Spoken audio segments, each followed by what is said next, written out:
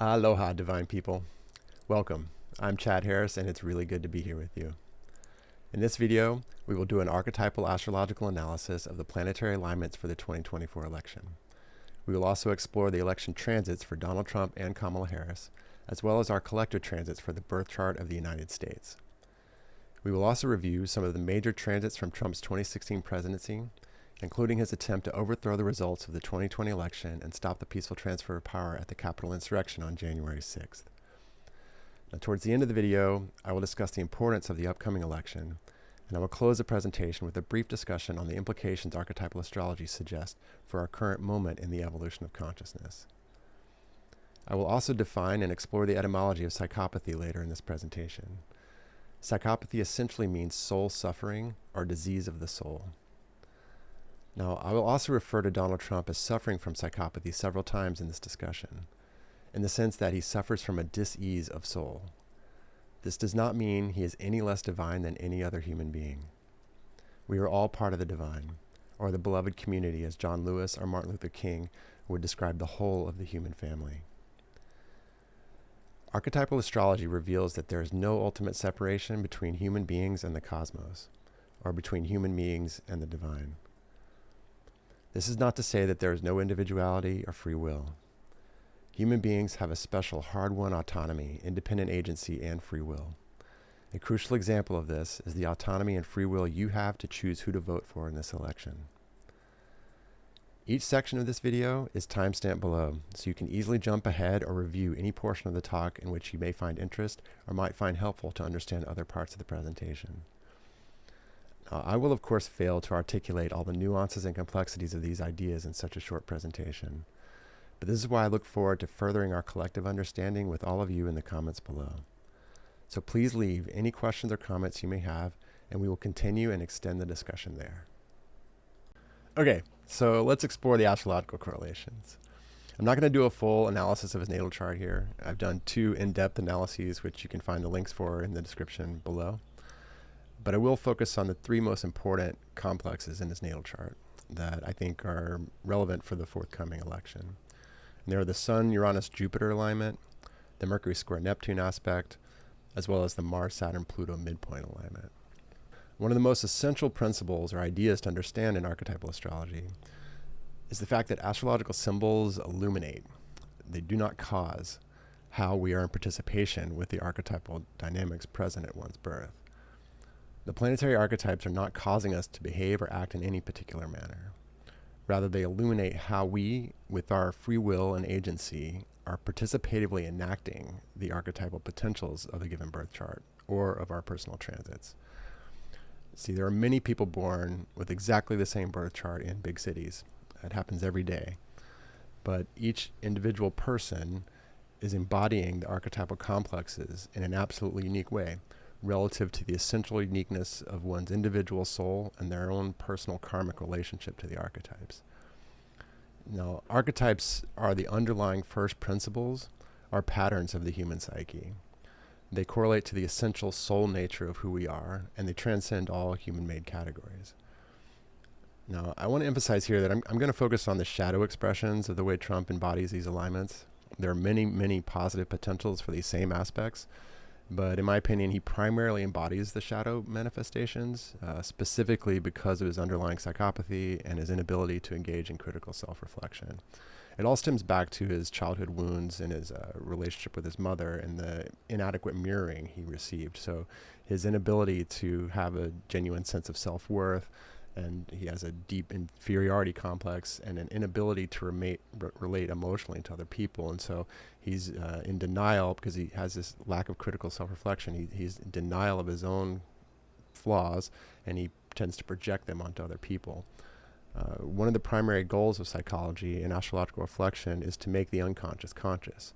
So basically, it is to the exact extent that we are unconscious of our psychological complexes that we are essentially possessed by them. Now, it seems it's the same psychological wound which corresponds to Trump's inability for remorse that also prevents him from engaging in critical self-reflection. This is why I believe he's essentially possessed by his unconscious and projects his shadow onto other people.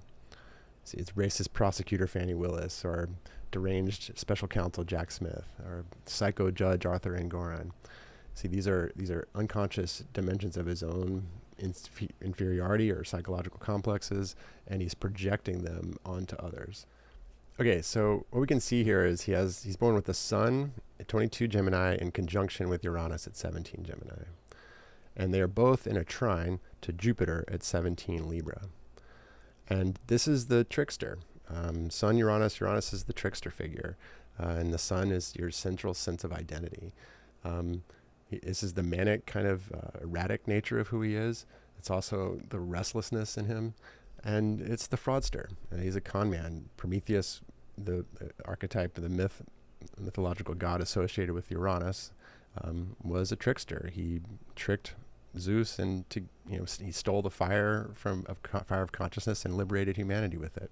So in many ways, he is a revealer as well, an awakener. That's also Uranus's nature. And I do believe we can see how he's, with this shadow, possession, he's illuminating and awakening us to the shadow of the Republican Party, as well as to the underlying sociopathy that's widespread in our culture. He's revealing so much of who we are in that sense of he's an embodiment of his shadow, and he's bringing it to light so that we can see it. And in that sense, there's a healing dimension. And I think that kind of corresponds to Chiron as well, the wounded healer. So the Sun-Jupiter part of him is the narcissism, right? I mean, like, he's such an inflated sense of self-worth, a superiority complex, but there's a deep wound there. It's sourced in this deep inferiority sense of self, again, corresponding to his inability to relate to other people, also sourced in the primary wound with his mother and that lack of mirroring that he received as a child. So the Mercury square Neptune aspect, Mercury is the mind. It's at 8 Cancer. It's how we communicate, recognize patterns, think, discourse, word, language, and Neptune is the imagination, the use of image. I mean, he uses image so much, but in a sense, it's the shadow side of Neptune is delusion and an inability to see the truth, and a tendency towards deception. So, there's this real, this is the pathological liar in him, where he, runs with the narrative, his own imagination of the way he sees reality, rather than the consensus reality, which is Saturn, what we agree upon as true, the consensus worldview. Instead, he's running with his own imagined sense of what is real, and he projects that onto the world and is very convincing. I mean, he's convinced millions of people that the election was stolen from him. And I think the last thing I'll point out here is that he's born about an hour before a lunar eclipse, and he has a real sensitivity to eclipses. We're going to see this in several instances in the presentation here, how the major eclipses during his presidency really correspond to some of the major events in the presidency. Now, I think we should highlight the Mars-Saturn-Pluto midpoint alignment. Trump is born with Mars rising, and Mars is the god of war, but its shadow is aggression, violence, impulsiveness, irritation and frustration, and Saturn is the superego, our sense of conscience, our sense of right and wrong, but it's also like our defenses, how we put up boundaries. And Pluto is the id, the instincts, the driving force of life, the evolutionary impulse. It's our ambition. But what happens with a midpoint alignment is it draws all three of the archetypes together, kind of like a big, large triple conjunction. So what's happening is there's an intensity given by Pluto to Mars, and there's an intensity to Saturn. So and it draws all of them together. The midpoint is actually 10 degrees and 17 minutes. So it's 10 degrees and 2 minutes of Leo, that where Pluto is. So the mid position between Saturn and Mars is exactly conjoining Pluto. So it draws all three together in an intense way. It acts like a triple conjunction. And what's happening here is that the Saturn-Pluto combination has a real correlation to psychological splitting and othering. And this is one of the primary wounds in Trump's psychology, is this tendency to put up intense boundaries. That's Saturn, there's boundaries, and Pluto intensifies them, and to typically identify the good inside of the boundaries that one creates, and to project the unconscious, the potential for evil or what's repressed in the human psyche, Pluto, onto others. And this is a constant theme. It's the racists, the immigrants, everyone else is the problem. I mean, even if it's people close to him who betray him, they are, immediately cast out, and he projects this intensity and violent rhetoric towards them. And so this is a real, primary wound within him, and it's a real clear kind of manifestation of how he splits the world into us versus them, and projects the unconscious dimensions, the shadow of his own psyche, onto others. I mean, and just think about, like, in the debates, how, like, his inability to actually stick to his, what his handlers are telling him, and he reacts impulsively. That's Mars, and he lashes out. He did it in the debate with Biden and with Kamala Harris recently. So this is, I think, a really important aspect to understand within his psyche. And the sun is also in a semi-square. That's a 45-degree alignment to Pluto, which I think just adds to his ambition and the intensity, and the sense that he's driven by the id, driven by the instincts. There's some constant need to achieve, but also be the star, the solar star, the center of attention. But primarily the ambition and the shadow is, it's like he's possessed by the instincts, is a big part of his psychological makeup. Now, I'd like to share just a couple of positive examples of the same archetypal complexes. I was just pointing out the shadowed manifestations within Trump's psyche. And John Lewis is a really great example. He is the civil rights activist, congressman from Georgia, and he is born with the Mars-Saturn conjunction, 3 degrees Taurus to 27 Aries, just a 6-degree conjunction there, and they're both square to Pluto. So he's got the same Mars-Saturn-Pluto complex that Trump has, but instead of embodying it as in psychological splitting and othering and this kind of reactionary, impulsive, aggressive response, he was a noble warrior. I mean, Mars the warrior, against the Saturnian oppression, Saturn-Pluto oppression of the racist society and government laws and structure of the United States at the time. So, and you can see it's an embodiment of in relationship to the archetypal good. He even I think his book was called Good Trouble. It's he was the warrior on behalf of the good, of the noble cause of civil rights for African Americans. And he, rather than being a violent person, he actually received the violence. He put himself again and again in situations where he was beaten, but he was a warrior with a visceral intensity. That's Pluto, the Mars, conviction, and Mars-Saturn conviction, to stand up against the oppression, to take the violence on behalf of the good. And what's deeply fascinating in addition is that he's also born with Mercury opposite Neptune. So not the square that Trump has, but the same, hard aspect alignment. And instead of, deceptive rhetoric and, pathological lying, he actually was a minister and was focused on the divine. It was the beloved community that was one of his highest ideals, to which he was striving to orient and have us move towards, which is the beloved community comes from Hosea Royce and from Martin Luther King Jr. And it's the idea that all of humanity is divine, that I also share in that conviction, and that we're in the process of realizing the divinity within the human being.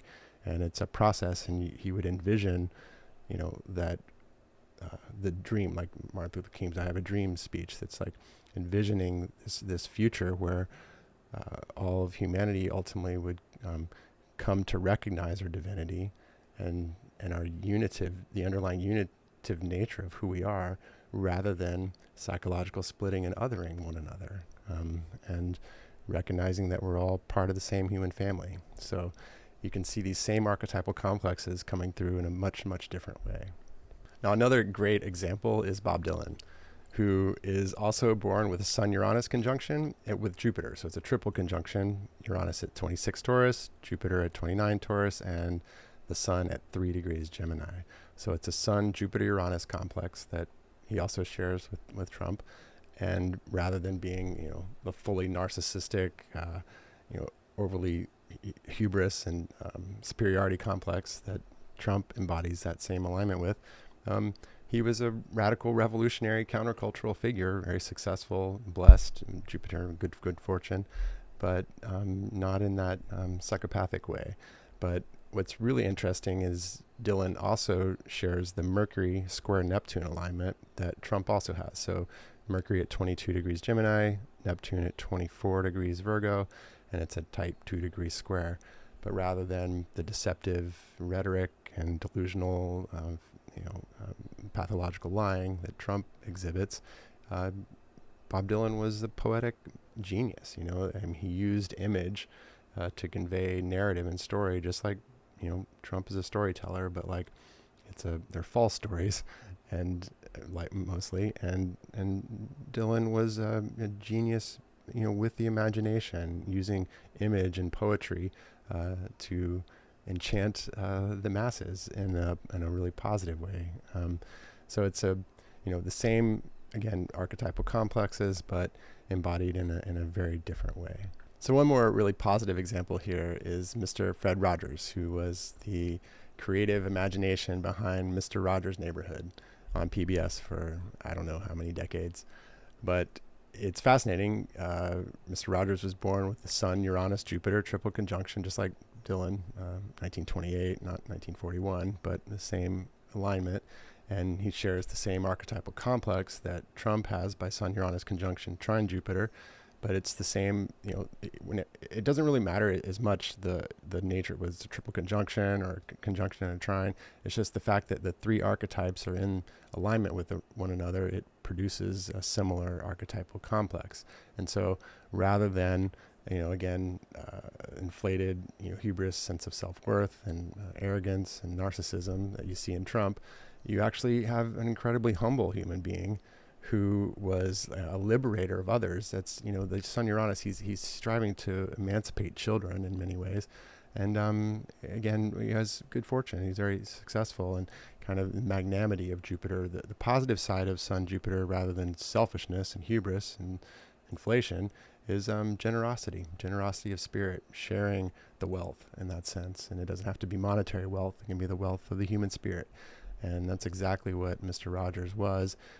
He was also a minister and, focused on the divine, in a sense, was striving to bring his sense of the ministry to children. So he's born with Mercury opposite Neptune. It's 2 degrees Pisces of Mercury to 26 Leo. That's just an 6 degree opposition, Mercury, Neptune.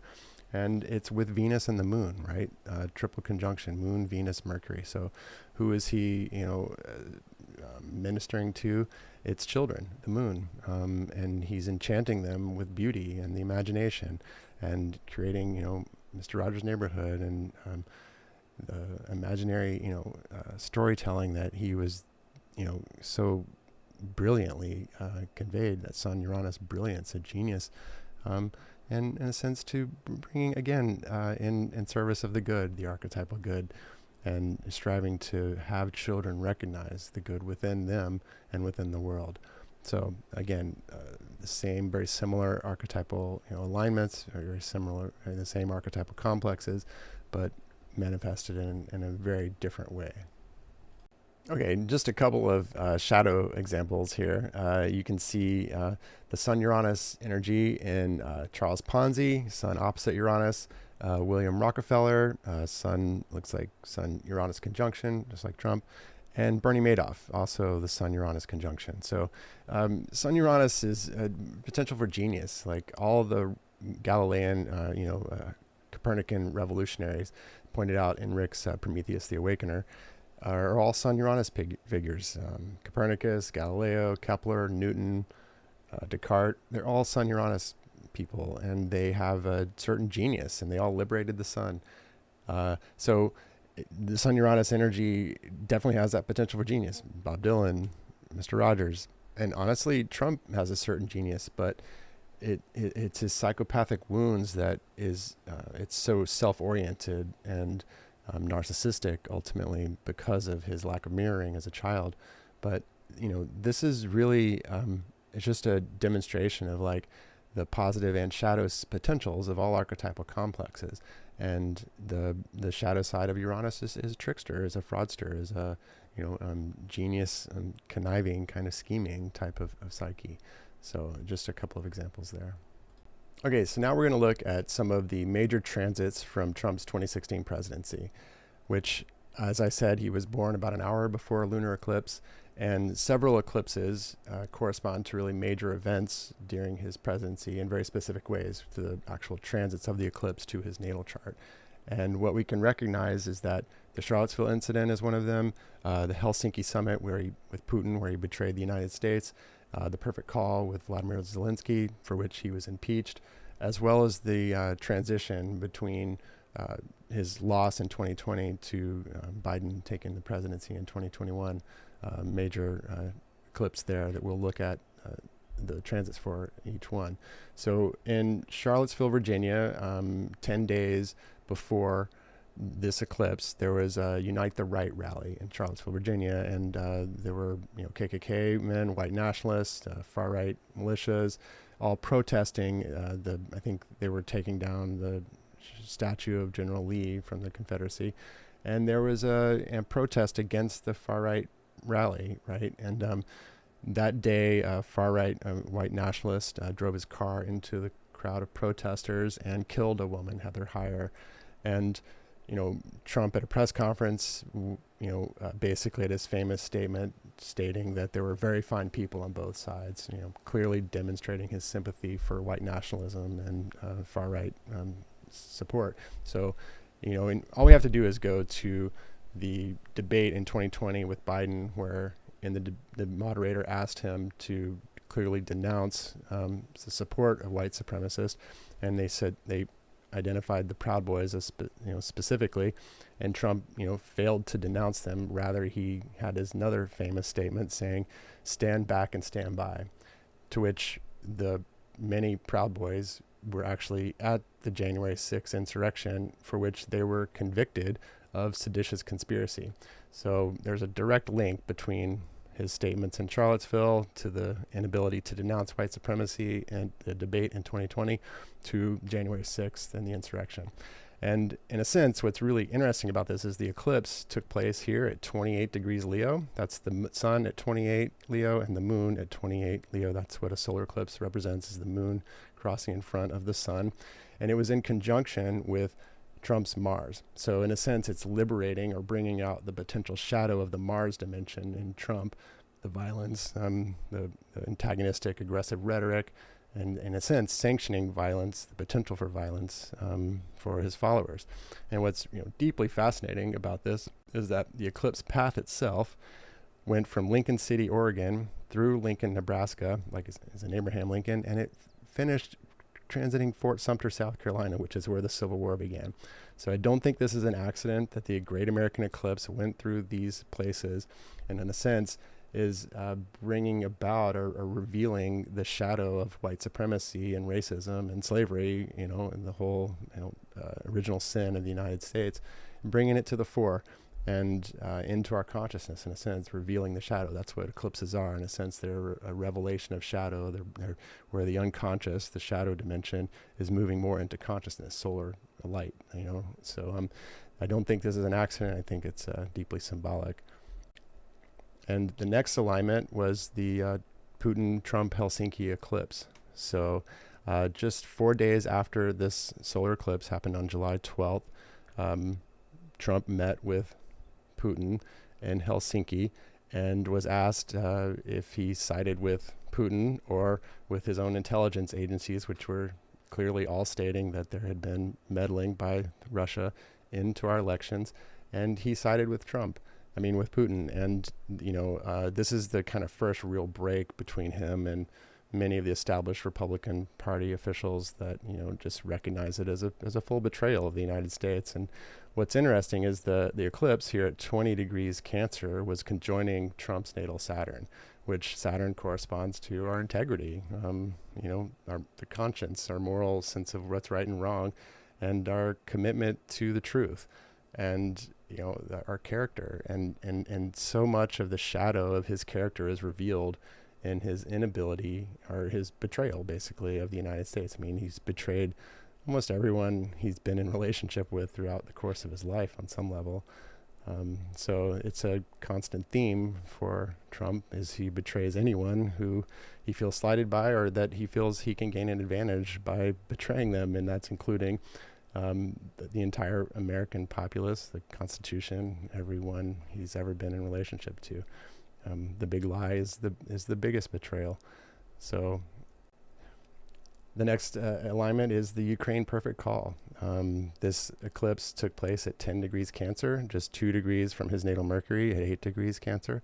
And the call is Mercury, right? So there's an eclipse, just I think it's 3 weeks before the actual call, which is really interesting because what happened on the day of the call actually is July 25th, is that Mercury in the sky at 25 degrees Cancer was conjoining his natal Saturn. Now, what I want to point out here is that when Mercury transits Saturn, often the decisions we make, Mercury, have longer lasting consequences. Saturn, that's the consequences of our actions, our karmic consequences, and time, endurance, they last longer. They tend to be important decisions that have larger, longer lasting consequences. And so clearly this decision for the perfect call was not so perfect, and it led to his impeachment. And it's really fascinating because Mercury was squared to his natal Saturn when he fired James Comey in 2017, I guess, but led to the Russia investigation. And it was squared to Saturn when he suggested injecting bleach during the COVID pandemic to somehow cure COVID, and which clearly had long-lasting repercussions. They stopped doing the briefings on that day because he was just like a loose cannon. And Mercury was square Saturn on election night 2020 when he initiated the big lie. And not only that, Mercury was opposite Saturn on the day of January 6, 2021, which his rhetoric and speech led to the insurrection. And then his decision, for over 3 hours to not call off the violent attack on our democracy, the violent attack and attempt to stop the count, stop the steal, as it was called, is a clear representation of long-lasting consequences for the decisions that he made. So here are his transits for the 2020 election. And it's rather clear to see what was taking place here. This is the Saturn-Pluto conjunction that corresponded to the pandemic. And what's really interesting is that having Saturn-Pluto is it's opposite his natal Saturn. So the karmic consequences of him, meeting accountability, which in the discussion, my last presentation, which the link is in the description below, from 2020, I largely focused on the Saturn cycle in his life and his relationship to accountability at these different Saturn quadrature alignment periods. And what's really fascinating is that Saturn was at 25 degrees Capricorn in 1990, I believe it was, when he had his first bankruptcy, which was the first time he was actually held account for his actions, which, he was just a failure at the gambling business. And he also, it's interesting, he tried to steal his father's empire, the inheritance that he would have had to split with his relatives or to his siblings. He actually had a conniving scheme and tried to steal it out from underneath his father, who was beginning to suffer from dementia. And he was caught by his siblings and by his father. And what's interesting is instead of shaming him for it, they actually said it was a good idea they created a shell company to funnel the empire to the children so that they wouldn't actually have to pay taxes on it. But what's interesting is he tried to steal it from his father, and the Saturn return for his first, bankruptcy, and for him, when he tried to steal his father's empire, he tried to steal the election. It's not an accident. It's a cycle of repetition. It's a Saturn, cycle, but he's being held to account at the same time. So it's this really interesting dynamic between his sun, Jupiter, good fortune, and his good luck, and his ability to weasel out of, being held to accountability over and over again in his life, but also having to meet that resistance. And, clearly he lost the election. He was not president for the last 4 years. And what's, like I was just pointing to the Mercury position here is, Mercury is stationing, it was retrograde up through the election and stationing direct, which whenever a planet stations, it's at its most potent position. And it's Mercury is square to his natal Saturn, and it's square to Saturn in the sky. And this is when he came out at the end of election night and claimed that he had won the election and that it was fraud. And this is just a lie. He had been preparing us for it. It was easy to see. He kept, saying that he thought there was going to be fraud before the election, and that was to prepare us so that if he did lose, that he would claim fraud and move into this, rhetoric for the last 4 years of, trying to maintain this idea that the election was stolen from the American people. And it wasn't. And this is one of the most, consequential lies in his lifetime, but also in the history of the United States.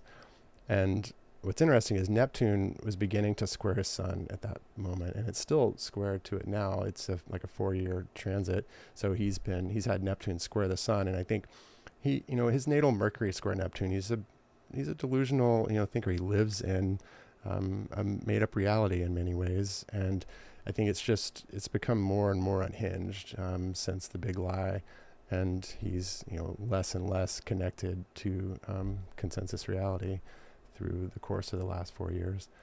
So the next major eclipse took place during the transition between his loss in November and the inauguration in January. And it actually occurred on December 14th, 2020, which is the day of the Electoral College count, where they certify the election win for Joe Biden. And the eclipse takes place at 23 degrees Sagittarius, the moon and sun at 23 degrees Sag, conjoining Trump's natal moon and opposite his sun. And in my analysis in the October of 2020, just prior to the 2020 election, I looked at this chart and I predicted Trump would have a full shadow possession. And I think that's absolutely accurate.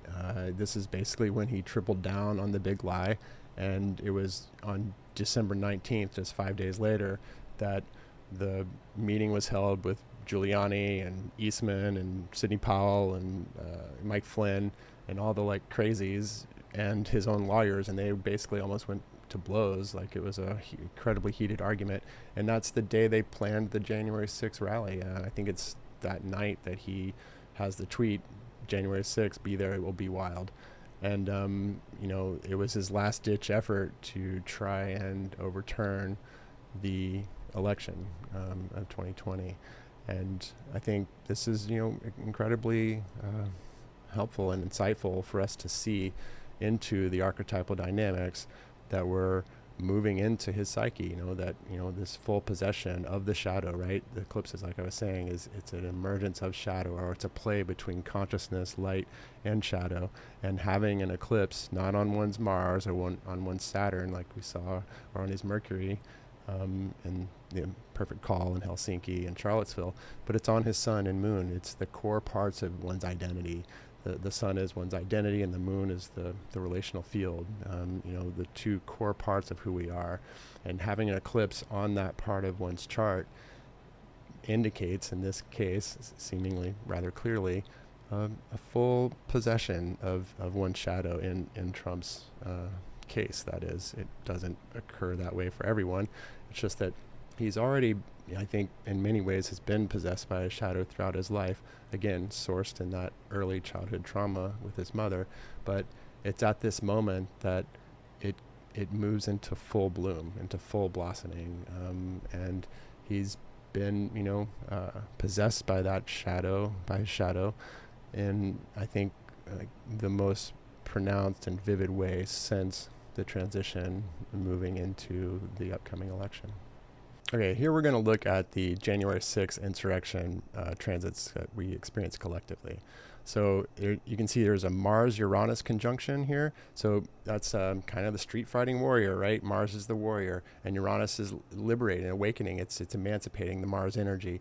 And people that are convinced by the big lie, they're doing it for freedom, right? For democracy that they feel like is being stolen from them, which it's not. But you see, interesting, Jupiter is in a square to Uranus, and Jupiter was in a conjunction with Uranus at the American Revolution, at the French Revolution, and the 2011 Arab Spring, where like revolutionary, swept the Middle East. Like that Jupiter-Uranus energy is revolutionary. Jupiter is the birth moment. Jupiter is, success. It's like it's magnifying the Uranus impulse for liberation, for freedom, to breathe freely, feeling like one is oppressed, all of that. And the Saturn, Mercury, Pluto, it's the oppression, right? You're being oppressed by the stealing of the election, which is a lie being told to you. But what's interesting is the moon was even in the alignment. Moon square Pluto, moon opposite Mars. The moon is the people, right? So the people are charged up. They have this violent kind of energy, this energy to want to overthrow the oppressor, to be free, to revolt, revolution. And what's fascinating is that these alignments, when you overlay them on top of Trump's natal chart and you have his transits, you can see that the Mercury-Pluto alignment, Mercury-Saturn-Pluto alignment, Mercury in particular, is opposite his natal Saturn. And again, just like the firing of James Comey, the suggestion of injecting bleach, the perfect call, and the big lie, Mercury is opposite Saturn again, or in hard aspect alignment with Saturn, and it's his rhetoric that leads the people to be charged up, to want to attack the Capitol and stop the count, and it is the long-lasting consequences of those decisions, and it's also his decision to, for 3 hours, fail to stop the insurrection. Now, I want to point out here that I believe this is the clearest evidence that Donald Trump actually suffers from psychopathy. Not only did he unleash a violent mob on the Capitol to stop the count at 2:24 p.m., knowing at that moment that it was a violent mob, that they had breached the Capitol, he tweeted out that Mike Pence didn't have the courage to refuse the electoral count, to go along with the big lie. And he knew he was putting Mike Pence's life in danger at that moment. And the new Jack Smith filing that just came out today indicates that not only that, he was told that Mike Pence at 2:25 p.m., a minute after he did the tweet, that Mike Pence was taken into a secure location by the Secret Service. And Donald Trump's reaction was, "So what? So what?" is what he said. So not only did he release a violent mob on the Capitol and put Mike Pence's life in danger, he demonstrated that he has no empathy and no remorse for putting his vice president, who had been completely loyal to him up until that point, in actual mortal danger. So this is the clearest evidence that I believe we have that Donald Trump does suffer from psychopathy. And the consequences of those decisions, if he is not elected presidency, will likely lead to a conviction in the January 6th trial in D.C. But this is in the future, and we'll have to wait and see as to whether or not he is elected. So now we're going to take a look at the eclipse from April 8th of this year, 2024, that passed through Texas and went through the Northeast. That was just brilliant. So many of us got to witness it. And what's concerning for me here is that the eclipse took place at 19 degrees Aries, which is in opposition to Trump's natal Jupiter. It's supportive sextile to his sun, trine to his moon, but this opposition to natal Jupiter is concerning for me in the sense of it may correspond to some supportive energy, some good fortune for him for potentially winning the election this year. Additionally, this Jupiter-Uranus conjunction, which he has in his natal chart, the Jupiter trine Uranus, exact 17 Gemini to 17 Libra, is his own good fortune, his, so many times, weaseling out of accountability and the sudden unexpected good fortune of winning the 2016 election. There's a Jupiter-Uranus opposition in 2016 that was in favorable alignment to his natal Jupiter and Uranus and corresponded to his surprising win, surprising even for himself. And I'm a little concerned that this may, correspond to that type of good luck.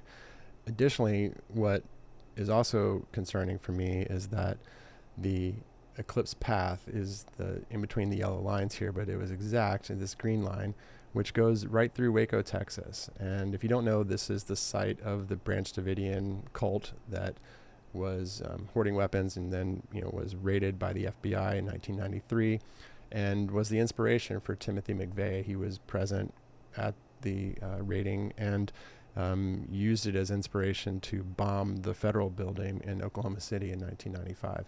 And this is also an inspiration for Alex Jones and InfoWars and all that. But what's interesting is that it's an icon, it's a symbol for white supremacy and anti-government support. And it's clear what happened is that Trump actually kicked off his campaign for the 2024 election in 2023, in March of 2023, which was the 30-year anniversary for the raid in Waco, and he kicked it off in Waco, Texas. And this isn't an accident. He did this on purpose to try and elicit support as an icon, as a symbol for white supremacist support and for anti-government support as well.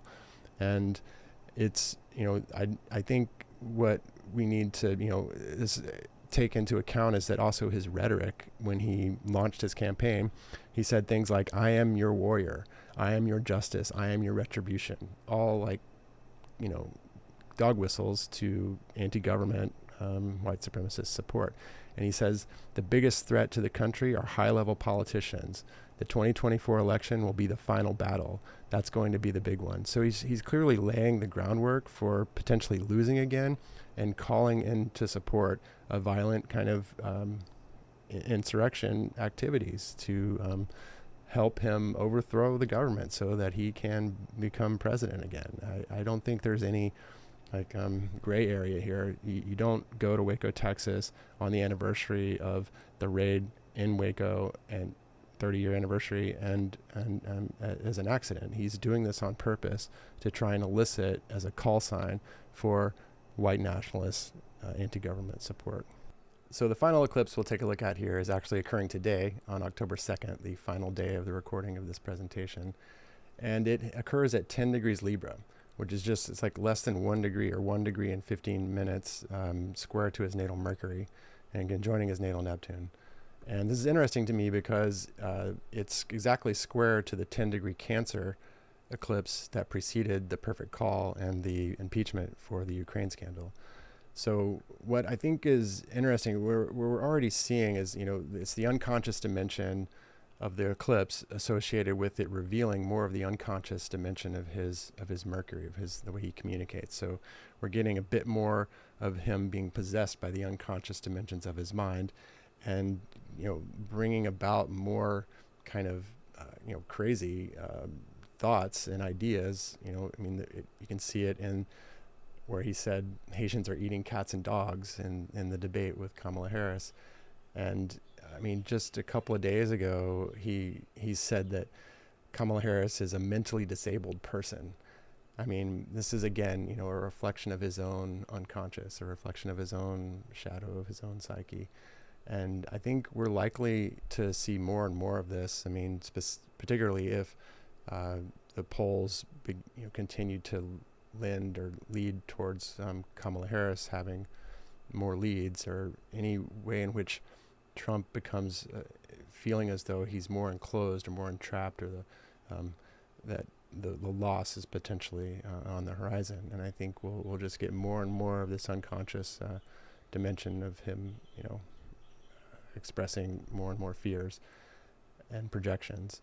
And, I think it's likely the case that, he will lose the election, and if so, he will claim fraud, and he will likely rally some form of violent protest in support of, striving to steal the election again, or something along those lines, at least to create some deeper divisions within the collective psyche.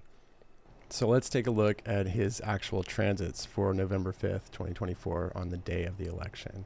So the thing that is most concerning to me is the fact that Jupiter in the sky will be at 20 degrees Gemini, just 2 degrees from a conjunction with his Sun, exactly conjoining his North Node, which has to do with one's Dharma, and conjoining his Uranus again. So that sudden, unexpected good fortune that you often see with Jupiter-Uranus energies is definitely at play, and they're very well could be another surprise win for him. And just the fact that Jupiter is conjoining the Sun is definitely corresponds to support. It very well could correspond to him winning the election, which is deeply concerning. I think it should be concerning for all of us. But what I think, in addition to that, you can also see there's challenging alignments, which Saturn is square to his natal Uranus, and Saturn just stationed at 19 degrees Gemini, which is a tight square to his Sun. And that was actually, it was at 19 or close to 19 when Joe Biden inaugurated Kamala Harris for president, when he stepped down and actually supported Kamala Harris to run for president. Saturn was square to Uranus and to the Sun for Trump. And it was a sudden, unexpected, kind of rug being pulled out from one. I mean, that's the Saturn-Uranus energy can be a sudden, unexpected loss, or where the foundation, Saturn, the structures of things, the solidity, the status quo, are suddenly, that's Uranus, disrupted. And so the sudden disruption of Biden dropping out and Kamala coming into being inaugurated to become the Democratic nominee for president was a loss for Trump, and he treated it as such. He was very upset and disrupted by it. And the fact that Saturn is square to his Sun and will be through February of 2025 does indicate the possibility for being held to account, more accountability, potentially losing the election, and being held to account for several of the court cases that may go through if he loses the election. So those are the two major transits, and I think we'll look at some more transits for Kamala Harris's chart. So this is Kamala Harris's natal chart. I do not have time now to go into in-depth detail about it, but I'll point out some highlights. So she's born with the Sun-Mercury conjunction.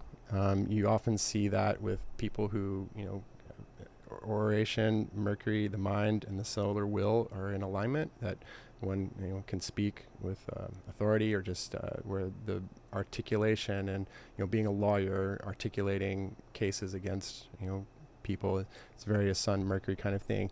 And it's in a trine to Saturn. Saturn's in a conjunction with the midheaven, and it's a grand trine to the ascendant and the north node. So the rising sign is 24 degrees Gemini.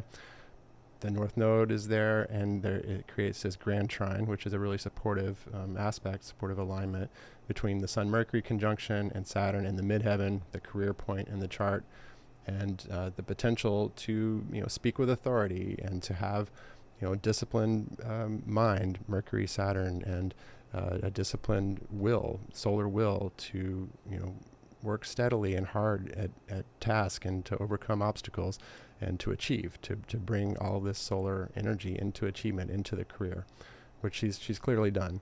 I think another important aspect structure is it's a Jupiter opposite Neptune. And this is an idealistic alignment. Jupiter supports, and Neptune is the ideal aspirations, our highest hopes. And she is a very aspirational thinker and leader. And it's in a T-square it's actually a grand cross with Mars opposite Saturn and Jupiter. And so there's a Jupiter square Saturn, which you see with lawyers and judges and people who have a social justice kind of conscience. The social justice, justice is Saturn, and Jupiter is the social dimension, and many lawyers and judges have Jupiter Saturn, or people who are interested in the law. And with Mars, she actually was a pretty, a prosecutor. She was bringing people to justice, and a lot of people on the liberal left actually felt like her record was pretty conservative, which is this Saturn principle, conservation, conservative, and I think it's all of the above. So the Jupiter Mars by itself, you see with people who have a kind of an ambition, a conquistador kind of energy to tackle big projects, to aim high, right? Jupiter is the philosophical breadth, the big picture, the nobility, the philosophical, seeing things from the mountaintop, and it expands the Mars energy for assertion, for the warrior quest. and to aim high. And she has Saturn at the midheaven. That's a big part of her, discipline and structure to bring herself, the Sun, Mercury, into the career and at the midheaven.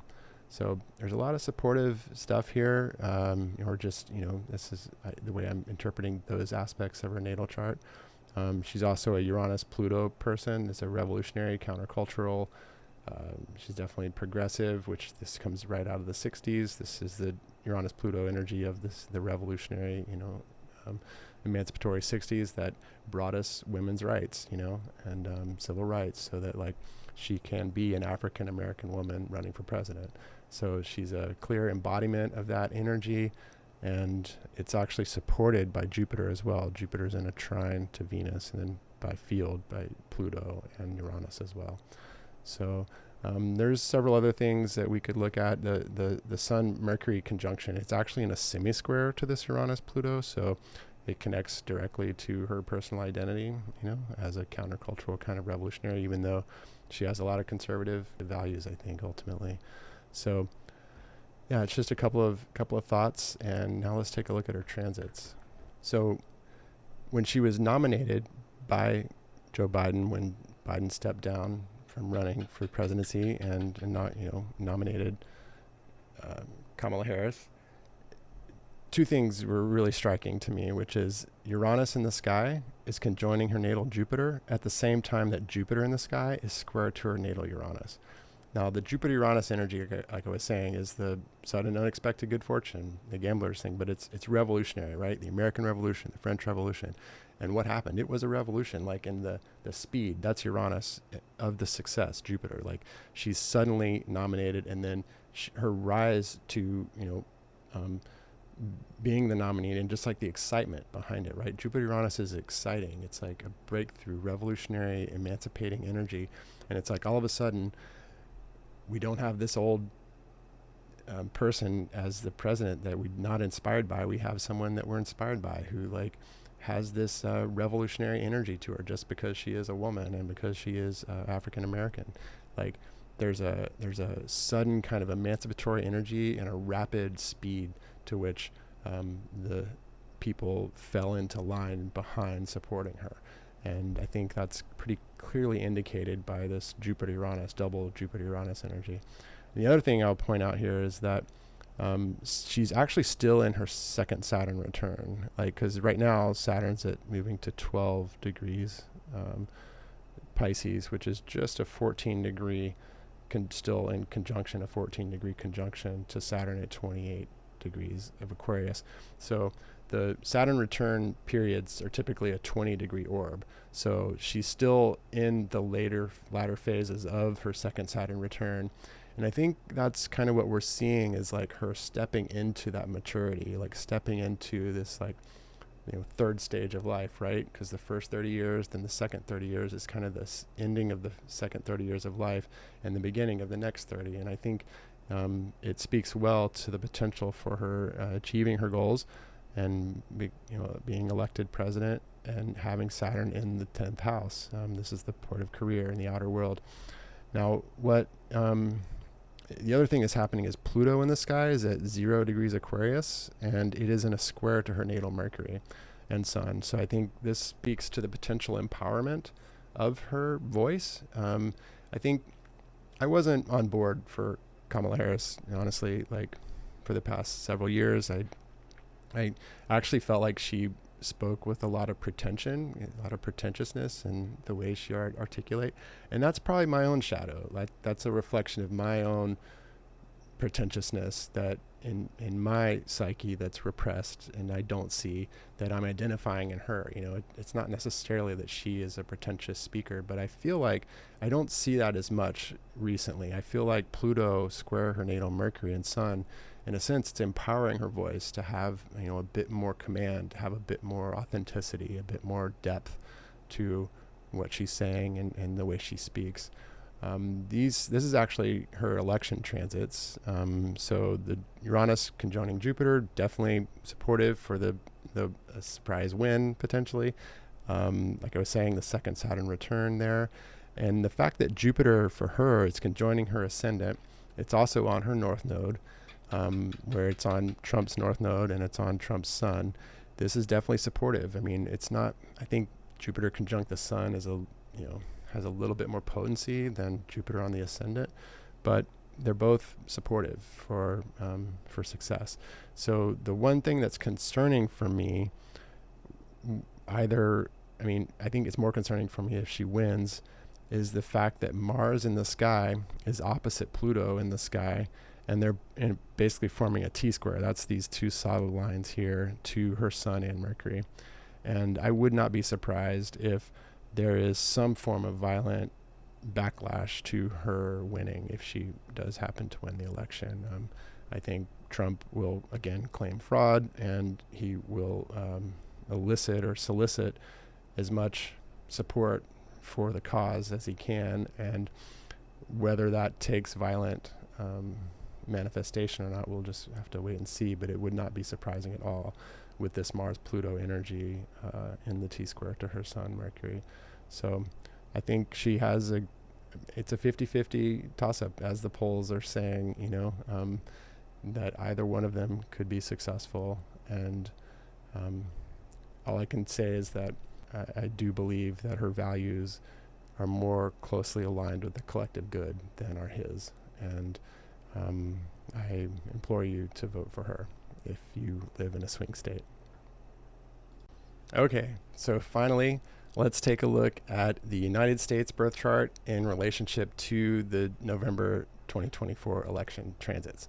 So what we're looking at here, the inner wheel on the inside is the birth chart for the United States. That is July 4th, 1776. And just like human beings, when they're born, nations, or even any event that takes place, in a sense, that moment that it comes into existence is the birth chart for that event.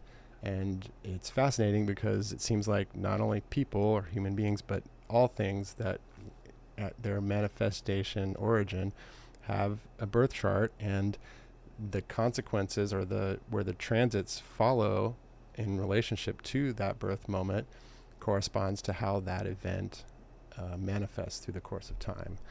And so what's taking place here, which is really deeply fascinating, is that Pluto has come back to where it was when the United States was born.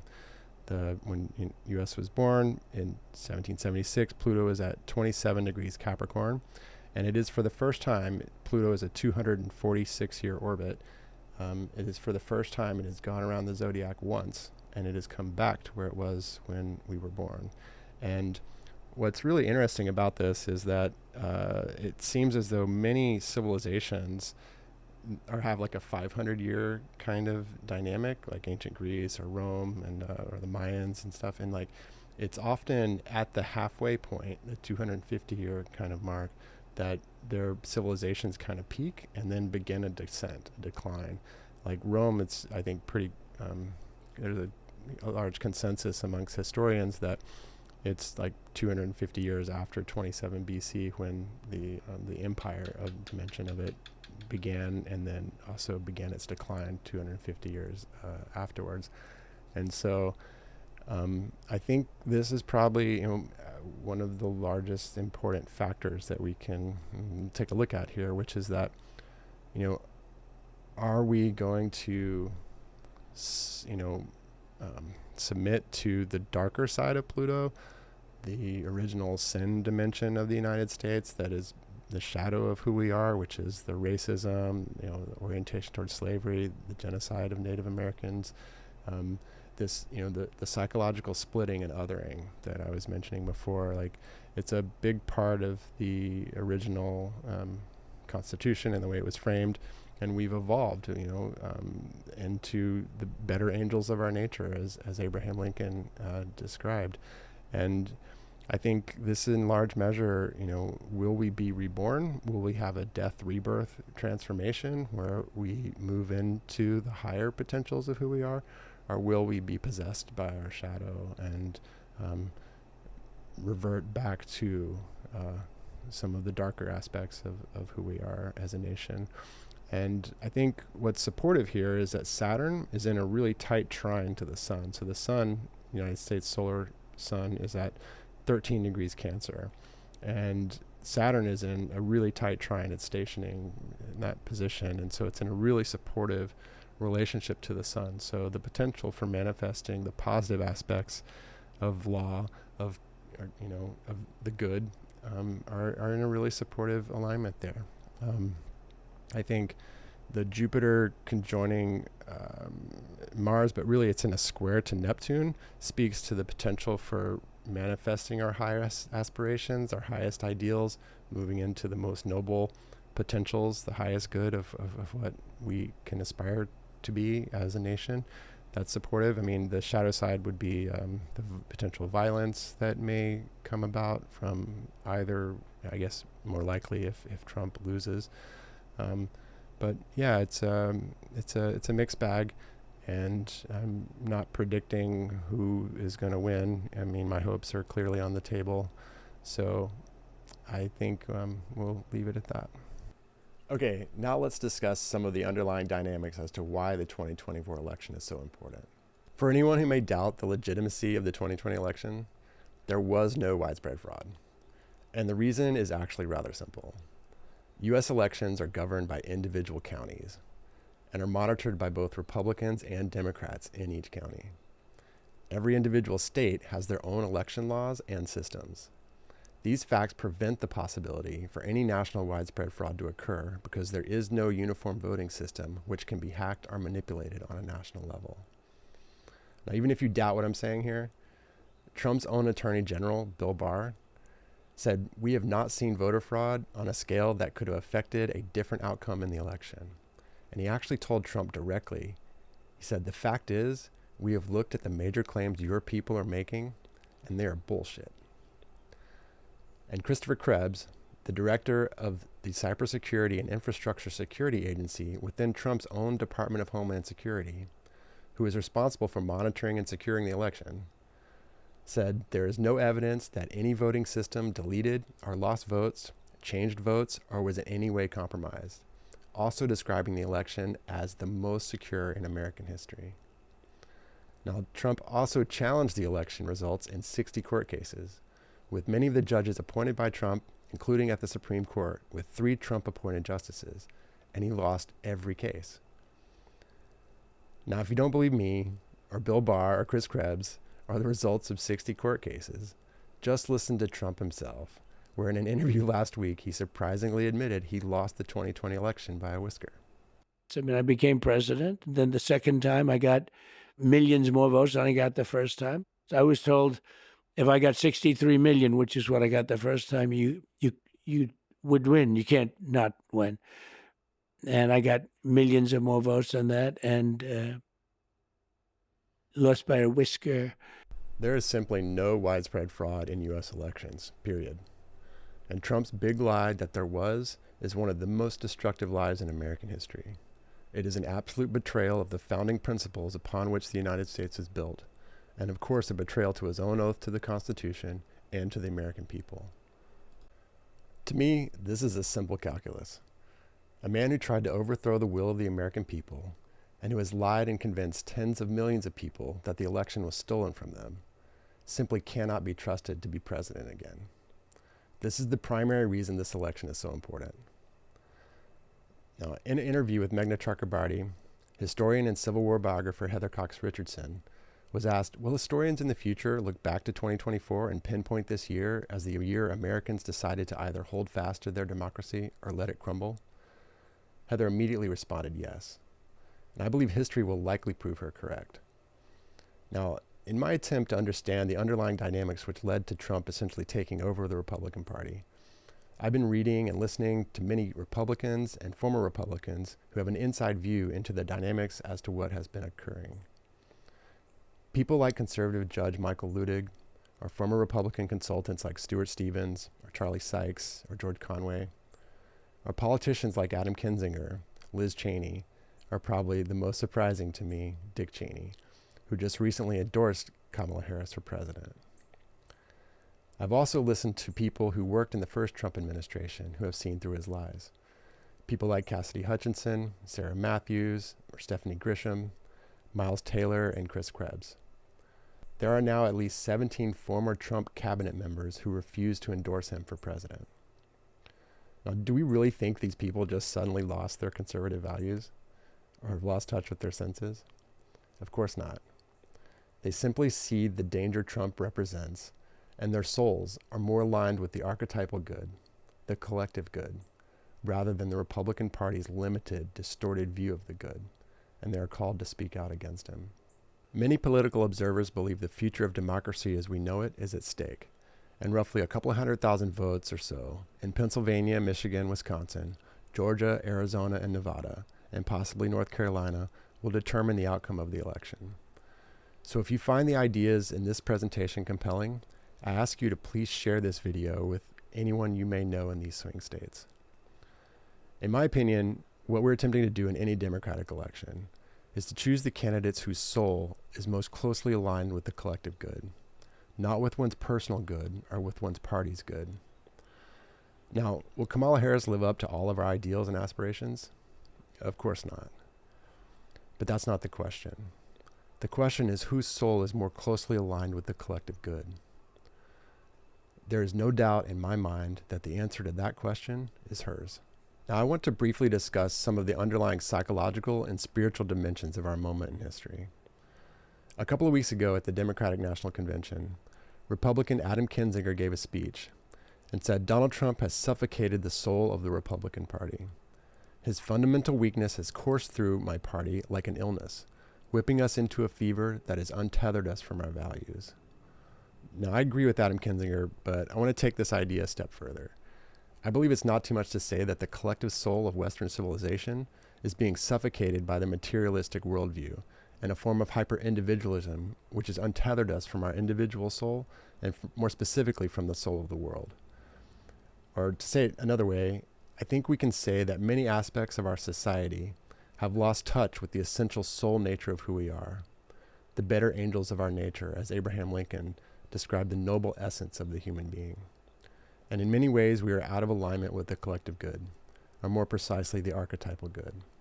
So what do I mean when I say the archetypal good? Plato described the idea of the good as the highest idea or form, and as synonymous with the archetypes the true and the beautiful. So what is good is true, and what is true is beautiful, and what is beautiful is good and true. Plato described the good as analogous to the sun in the allegory of the cave in the dialogue of the Republic. But I think the easiest way for me to describe the archetype of the good is as analogous to gravity. The good is the primary, all-pervasive, underlying archetype in the universe. In the same way we are always orienting ourselves upright in relation to gravity to see the world clearly in three-dimensional space, we are always orienting ourselves in what philosopher Charles Taylor calls moral space. We are always striving to align ourselves with the good. We of course fall short of attaining it, but it is the primary underlying archetypal force in the universe within which we are always bound and orienting towards. So when Adam Kinzinger says Trump's soul-suffocating effect has untethered the Republican Party from its values, he is essentially saying Trump's demagoguery has prevented the Republican Party's soul from further aligning with the collective good. Now let's discuss the etymology of psychopathy. The ancient Greek word psyche means soul and is the root word for psyche in English. The ancient Greek word pathos means suffering, pain, disease, or disaster, and translates to pathos in English. Thus, psychopathology essentially means soul suffering or disease of the soul. A common definition of psychopathy is a personality disorder characterized by impaired empathy and remorse, and bold, disinhibited, and egocentric traits masked by a superficial charm and the outward presence of apparent normality. So just think about how Trump has never apologized for anything. He's never displayed any capacity for remorse in any authentic way. Think of the bold and disinhibited manner of his abusive rhetoric, all the demeaning, disparaging, debasing personal attacks. Think of all the narcissistic, egocentric statements. I alone can fix it. I have the best brain, or his obsession with the biggest crowd sizes. At a recent press conference, he claimed that the crowd for the January 6th Stop the Steal rally was larger than the gathering for Martin Luther King Jr.'s I Have a Dream speech at the March on Washington in 1963, where it is estimated over 250,000 people were in attendance. Now, the crowd size for the Stop the Steal insurrection rally was estimated to be around 50,000. This is pure narcissism and delusional thinking. I agree with the many psychologists from around the world who have written compelling analyses identifying Trump as suffering from narcissistic psychopathy. And as I said earlier, I believe we can also recognize many aspects of Western civilization as also suffering from psychopathy. One primary example of the disconnect of our soul from the soul of the world is the widespread destruction of the environment and the sixth mass extinction we are creating. Noam Chomsky labeled the Republican Party the most dangerous organization on earth because of their denial of the climate crisis and their subservience to the fossil fuel industry. Chomsky also described Donald Trump as the worst criminal in human history because of his dedication to maximizing the use of fossil fuels and his blatant disregard for the democratic norms of the United States. Another example of our widespread societal psychopathy is the ever-rising rate of suicide in younger and younger children, or our inability to pass legislation to curb access to assault weapons to prevent the epidemic of school shootings. Children in the United States are now more likely to die by gun violence than by any other means. These and many other facts reflect the fact that we have lost connection with an overarching narrative of meaning in the cosmos and within the human being. What I mean to say here is that we've lost touch with an overarching cosmic structure of meaning, within which we can identify ourselves as belonging and relating to an intelligence within the cosmos, which can help us make sense of our experience and help us align with the archetypal good. Now, the reason I bring all of this to our attention is not to demean Donald Trump or Western civilization. Donald Trump didn't grow up desiring to be a psychopath. Of course, no one does. His psychopathy stems from early childhood traumas in relationship to his mother and his father, which I covered in an earlier presentation, which you can find the link for in the description below. And of course, our civilization does not desire to be psychopathic either. The causes of our collective psychopathy are beyond the scope of this presentation and will be explored in future videos. But the reason I bring these ideas to our attention now is to point to the idea that in many ways we need to reconnect with the interiority of our being, with our soul, and the archetypal good, and that I believe the archetypal astrological discipline is a methodology which can help us in this task. So what is archetypal astrology? The word astrology, or Astro-Logos, is derived from the ancient Greek roots astron, meaning star or celestial body, including planet, so really any astronomical object, and the ancient Greek word logos, meaning word, discourse, or reason. Heraclitus was the first to use the word logos, and he described it as an ordering principle, essentially as an archetypal power, which gave order and reason to the world. Logos is also our root for the word logic. So from this perspective, astrology can be understood as a language of the cosmos, which gives order and reason to the world. That is, it is a language which provides logical coherence and a cosmic ordering structure to the reality we share.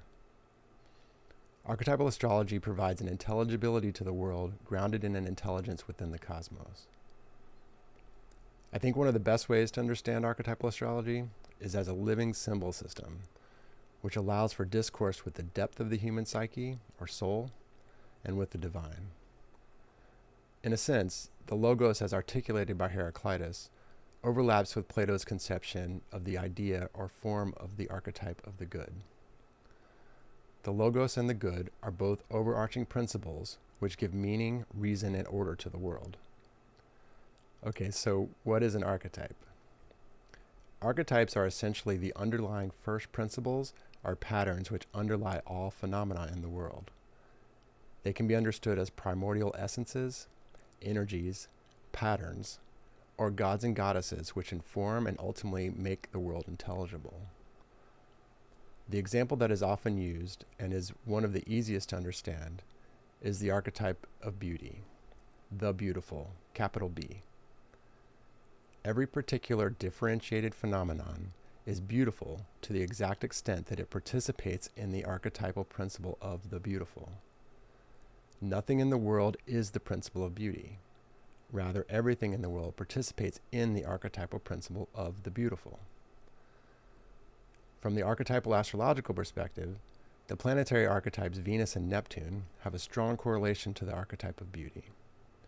Where Venus and Neptune are in one's natal chart corresponds to how one orients and participates with the archetype of beauty. but this is also true for every planetary archetype. For example, the Saturn archetype is associated with integrity, discipline, and character. So, for example, a noble deed can be recognized as beautiful, or a person with deep integrity can be recognized as having beautiful character. This is one way in which the planetary archetype associated with Saturn participates in the higher archetype of the beautiful. This is also a great example which demonstrates how the archetypal good is synonymous with the beautiful and with the true, as Plato articulated. A noble deed is not only beautiful, but it also demonstrates its alignment with the good, as well as its virtue of being true. Deep integrity and character also reveal their alignment with the good and with the true. We can use the planetary archetype associated with Mars as another example. Mars corresponds to the nobility of courage, as well as to the potential shadow manifestations of aggression and violence. A courageous deed can be recognized as beautiful and good, while acts of aggression or violence less so. This is where our understanding of psychology becomes important. The basic goal of psychology is to make the unconscious dimensions of our psychological complexes conscious. So we are not possessed by the unconscious shadow potentials of our complexes or of the archetypes. If one is not sufficiently conscious of one's relationship to the archetype associated with Mars, for example, one is more likely to be possessed by anger and impulsive reactions, as we see on a regular basis with Donald Trump. Now, I'd like to close our discussion by pointing to the transformation in the evolution of consciousness I believe archetypal astrology may be helpful in illuminating. In the second half of the October 2020 in-depth analysis I did on Trump's natal chart, I also explored Richard Tarnas's mandala of the evolution of consciousness. And as I mentioned, the link for that presentation is in the description below. But now I need to radically oversimplify the evolution of consciousness. I think we can describe it as moving from a form of first-order thinking, which existed prior to the axial era, to a form of second-order thinking, which at first emerged in the axial era, when we began to engage in critical self-reflection. That is, to think about our thinking in a critically self-reflective process. Now, I believe, we may be on the threshold of cultivating a form of third-order thinking, where we utilize the critical self-reflection of second-order thinking, empowered with the living symbol system of archetypal astrology, to consciously engage with the archetypal energies which underlie and inform our thoughts and actions. If this hypothesis is somewhat accurate, it could correspond to a significant step in the evolution of consciousness and help to realize the divinity within human beings and within the cosmos, and forge an ever-deepening, ongoing relationship between the two, analogous to something along the lines to what Owen Barfield called final participation. Now, to bring it all back home to the election, I think we can recognize Donald Trump as primarily engaging in first-order thinking. It is exactly his inability to engage in second-order critical self-reflection, again rooted in his childhood traumas, which corresponds directly to the level at which he is possessed by his shadow and projects it onto the outer world. He is simply not psychologically developed enough to be trusted with the most politically powerful position in the world. So I humbly ask you to vote for Kamala Harris and Tim Walz on November 5th, and to share this video with anyone you may know in the swing states. Finally, I'd like to thank my parents, my sister, and my friends for their continued support. I would also like to extend a special thanks to my student and colleague Maya Preissig, whose suggestions for this presentation were invaluable to me. If you'd like to support my work, please feel free to donate to the PayPal or Venmo links below. Your support will enable me to continue to develop more videos on more wide-ranging topics. So I'd like to thank you for listening, and I'm sending many blessings and lots of love to everyone. May we be guided by the better angels of our nature. Take care, be well, and vote Kamala on the 5th. Mahalo.